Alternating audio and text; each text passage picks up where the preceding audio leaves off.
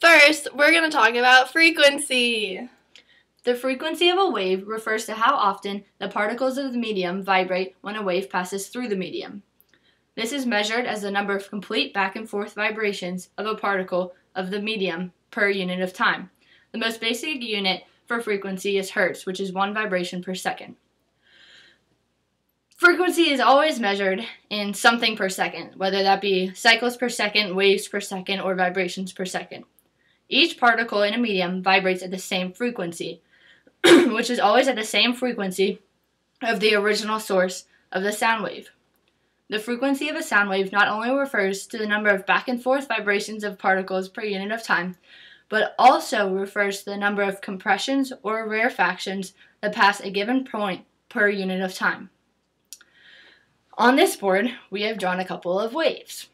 A high frequency wave is demonstrated in the top drawing, which frequency is the reciprocal of a period. So if it has a high frequency, then the period is very short. Whereas if it's a low frequency wave, it has a larger period. Frequency is how often something happens, whereas the period is the time it takes for something to happen. Next, we're going to talk about pitch. Pitch! High pitch. Pitch! Medium pitch. Pitch! Low pitch. HP! That's pitch in Pig Latin. The sensation of a frequency is commonly referred to as the pitch of a sound. A high-pitched sound is a high-frequency sound wave. A low-pitched sound is a low-frequency sound wave. Because sound waves traveling through the air are longitudinal waves that produce high and low pressure disturbances of the particles of air at given frequency, the ear has an ability to detect such frequencies and associate them with the pitch of a sound. The human ear can detect 20 Hz to 20,000 Hz. Now we're going to talk about amplitude. Amplitude is the maximum amount of displacement of a particle on the medium from its rest position. So basically, amplitude is the height of a wave.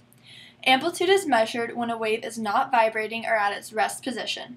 It can be measured up to the crest or down to the trough. An example over here, this object's amplitude of motion is 35 centimeters. The amplitude of an object in motion is also equal to the quantity of energy that object has. Over time of motion, the amplitude of a vibrating object decreases. An object vibrating with a large amplitude has a larger amount of energy, where an object vibrating with a lower amplitude has a lower amount of energy. As energy is lost, the amplitude decreases. After enough time, the amplitude goes all the way down to 0, the object stops vibrating, and all energy from that object is gone. Lastly, we're going to talk about volume. Volume equals the loudness of a sound wave. Amplitude, volume, and intensity are all closely related. The higher the amplitude, the louder the volume. The lower the amplitude, the quieter the volume. An example, when you think of an amplifier refers to the amplitude of a wave, but an amplifier makes the sound wave or the music louder. The intensity of a sound wave is the amount of energy transported over a specific area of the medium in a given time. The higher the amplitude, the larger the intensity, and vice versa. So the higher the intensity of a sound wave, the louder the volume of that sound. In conclusion, high frequency, high pitch. Low frequency, low pitch.